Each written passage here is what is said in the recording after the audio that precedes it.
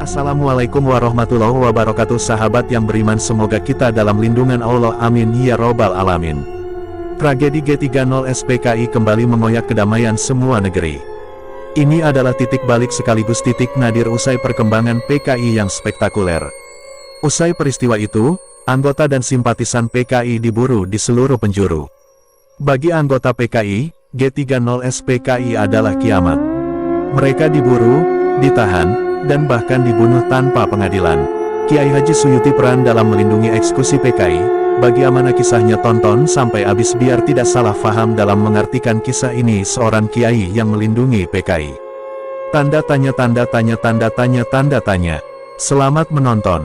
Geger tanggal 1 Oktober itu juga menjadi puncak konfrontasi umat Islam dan Partai Komunis. Maklum, sebelumnya anggota PKI kerap melecehkan umat Islam. Mereka tak segan melecehkan simbol-simbol agama. Gejolak balas dendam juga terjadi di pedalaman Cilacap, Jawa Tengah. Salah satunya di Desa Pesahangan, Kecamatan Cimanggu. Banyak santri dan barisan NU yang hendak menggempur anggota PKI. Kepercayaan diri meningkat berlipat-lipat karena kini mereka didukung tentara. Namun, ulama karismatik setempat, Kiai Sayuti mencegah. Ia tak mau santrinya terlibat dalam penyerangan dan pembunuhan anggota PKI. Bahkan, banyak orang-orang yang sebelumnya condong ke PKI atau anggota keluarganya berlindung di perkampungan atau sekitar pesantren yang diasuh Mbah Sayuti. Waktu itu kan tiba-tiba ada yang dijemput tentara. 2 orang atau 3 orang, terus hilang gak pulang. Mereka takut, jadinya tinggalnya ya di dekat-dekat situ, kata Haji Kamil, salah satu cucu Kiai Sayuti. Mereka pun selamat, bahkan beberapa di antaranya hingga kini masih hidup.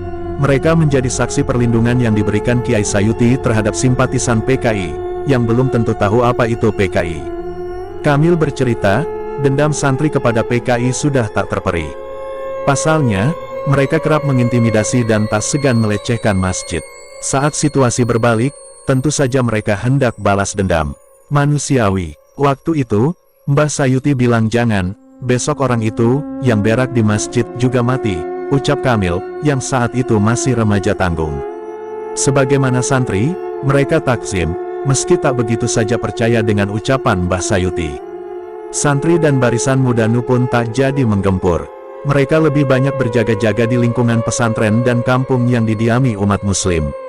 Akal santri belum bisa mencerna ucapan Mbah Sayuti yang diyakini melampaui zamannya.